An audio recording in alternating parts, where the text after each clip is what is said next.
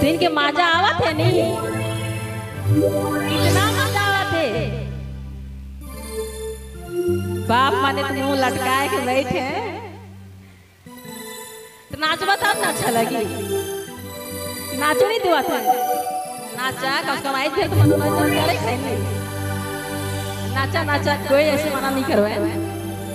और बहन बने तो इनके अच्छा लगा थे नहीं लगा थे। डांस करवा तब तो काका से करवा तब डांस करा अच्छा लगे हमें। हेलो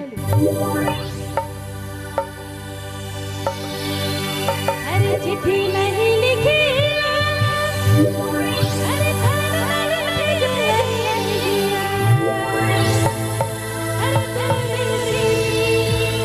दूरी से किया रूमाल लगाया।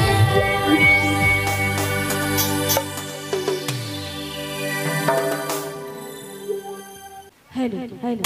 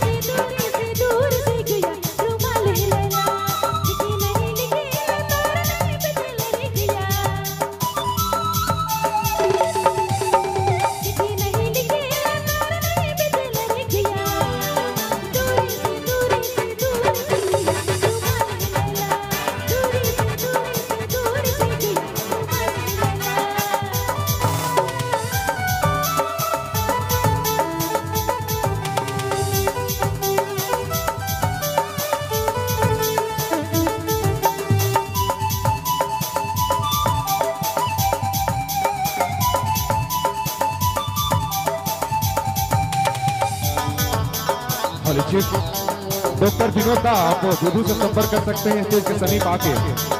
विनोद डॉक्टर बुधू जी आपको बुला रहे हैं, आप विनोद जी से मिल सकते हैं।